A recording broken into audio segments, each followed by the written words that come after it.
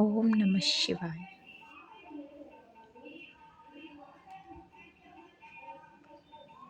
ఈరోజు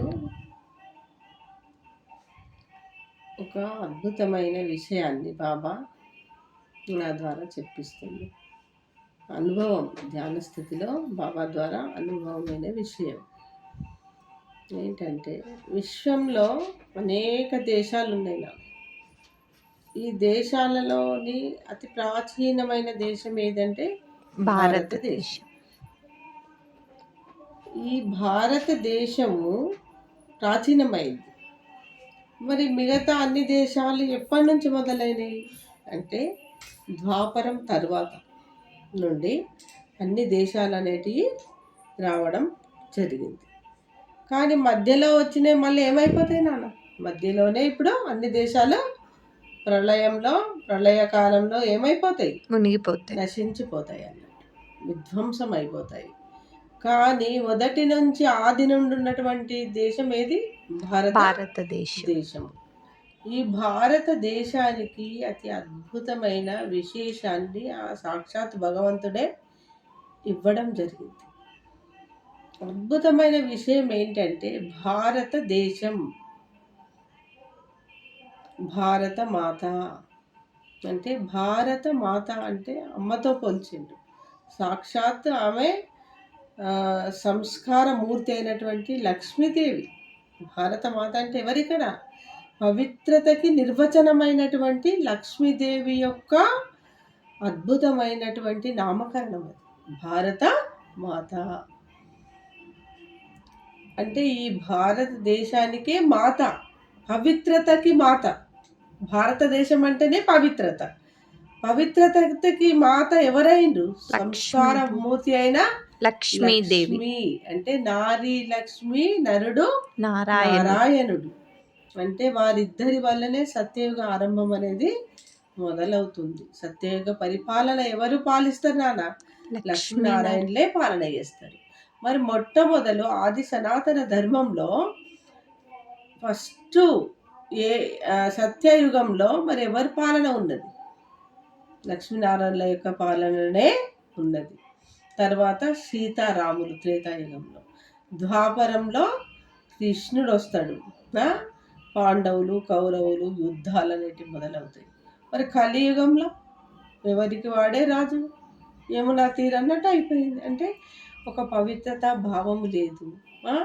కలియుగం వచ్చేసరికి ప్రతి మానవుడిలో జన్మలు ఎక్కువైపోయి పరిపూర్ణత అనేది ఏమైపోయిండు? కోల్పోయిండు. ఏం పరిపూర్ణత? ఆత్మ యొక్క పరిపూర్ణత కోల్పోయి ఆత్మ క్షీణించి వాళ్ళు సత్యయుగ లక్ష్మీనారాయణల పాలనగా చెప్పబడడం లేదు ఈ కలియుగాన్ని. మరి ఈ యొక్క ఇంకా కలియుగము మునిగే 100 సంవత్సరాల ముందు నుంచి చివరి యుగంలో కూడా భగవంతుడు వస్తాడు. చివరి యుగంలో, ప్రతి యుగంలో శ్రీరాముడి యొక్క అవతార యొక్క ఆయన జన్మలు మాత్రం వస్తాయి అన్నట్టు.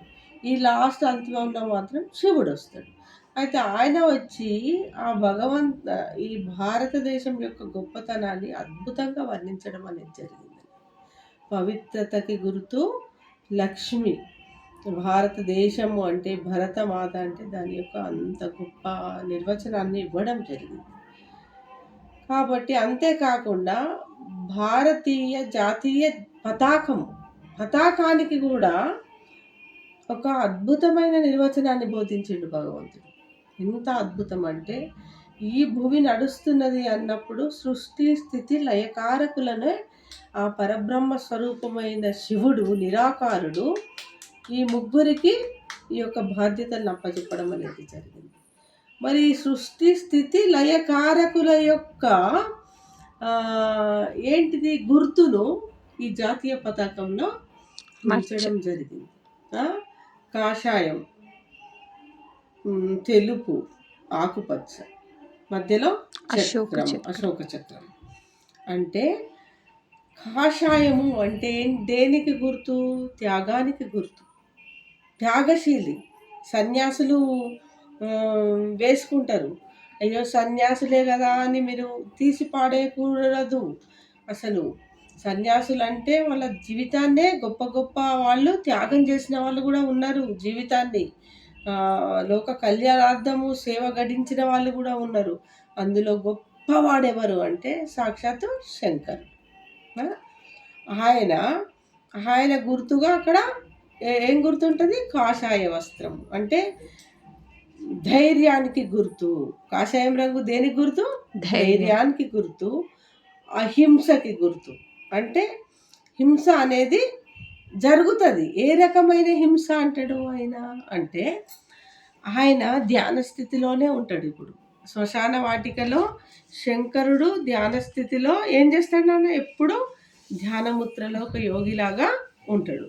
ఉన్నప్పుడు తన లోపల ఉన్న పంచ వికారాలను ఏం చేసేస్తాడు?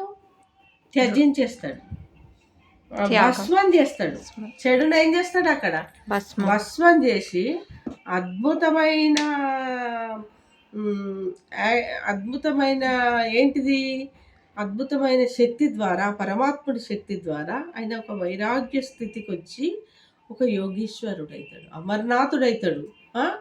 కాబట్టి ఆ యొక్క కాషాయ రంగు అనేది దేనికి గుర్తు? త్యాగానికి గుర్తు, అహింసకి గుర్తు.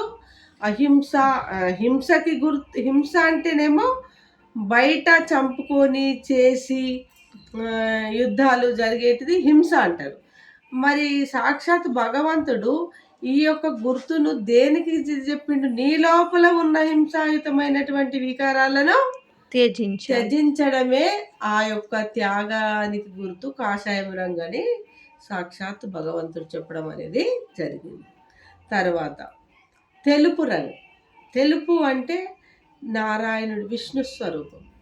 అంటే ఇక్కడ పంచ వికారాలను మన లోపల ఒక ధ్యాన స్థితి ద్వారా త్యజించినప్పుడు ఆత్మ, మనస్సు, బుద్ధి ఏమైపోతాయి నాన్న? పరిపక్వితం అయిపోతాయి. అయిపోయినప్పుడు ఆయన నరుడు నుంచి ఏమైపోతాడు? నారాయణుడు అయిపోతాడు. నారాయణుడు అయిపోయినప్పుడు అందుకే ఆయన పాల సముద్రంలో పవలిస్తున్నప్పుడు లక్ష్మీదేవి ఏం చేస్తుంది? తన పాదాలను సేవ చేస్తుంటుంది, పాదాలను ఒత్తుతూ మనకు కనిపిస్తుంది. అంటే ఆ తెలుపు రంగుకు ఎంత అర్థం ఉన్నదంటే ఇక్కడ శాంతి స్వరూపం.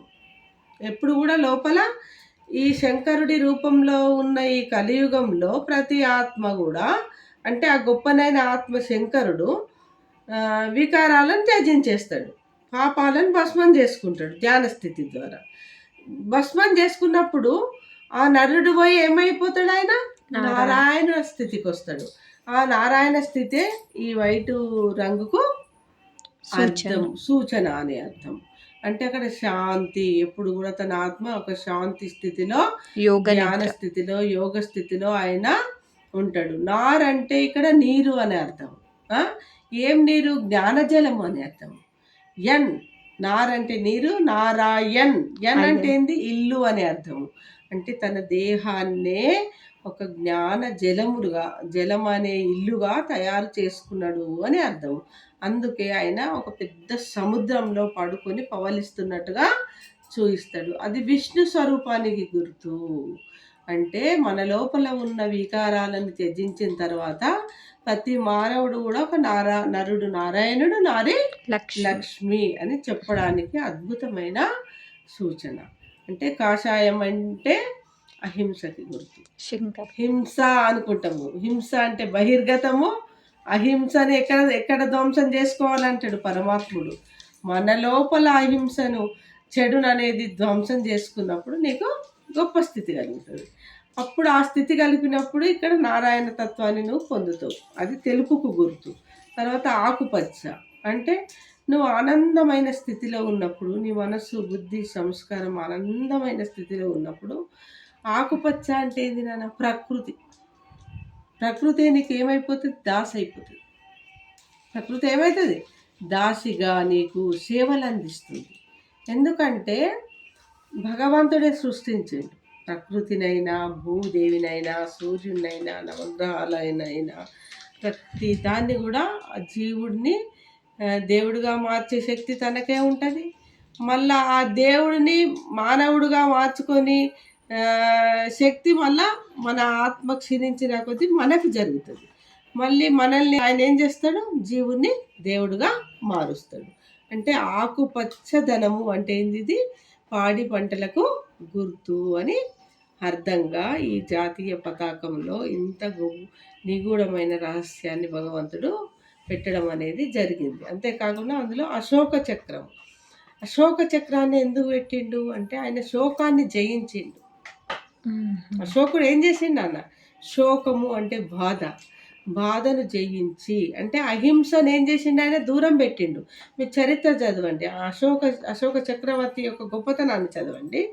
ఆయన హింసాయుతమైన మార్గంలో వెళ్ళలేదు, యుద్ధాలు కూడా మానేసిండు కొన్ని రోజుల తర్వాత. ఎందుకంటే ఆత్మ అంత ఉన్నత స్టేజ్కి ఎదిగినప్పుడు ఏమవుతుంది, అక్కడ గొప్ప ఆరంభం అనేది జరుగుతుంది. కాబట్టి దానికి గుర్తుగా అశోక చక్రాన్ని పెట్టేసి పైన కాషాయము, మధ్యలో తెలుపు, కిందికి ఆకుపచ్చ, ఈ మూడిటి యొక్క నిర్వచనాన్ని భగవంతుడు ఇంత అద్భుతమైన స్థితిలో మనకు చెప్పడం అనేది జరిగింది. ప్రతి దానికి మన దేశంలో ఒక అద్భుతమైన చరిత్రనే ఉన్నది నాన్న, ఒక జెండా అని కాదు, ప్రతి దానికి కూడా ఒక అద్భుతమైన చరిత్ర అనేది భగవంతుడు ఇవ్వడం అనేది జరిగింది. ఓం నమః.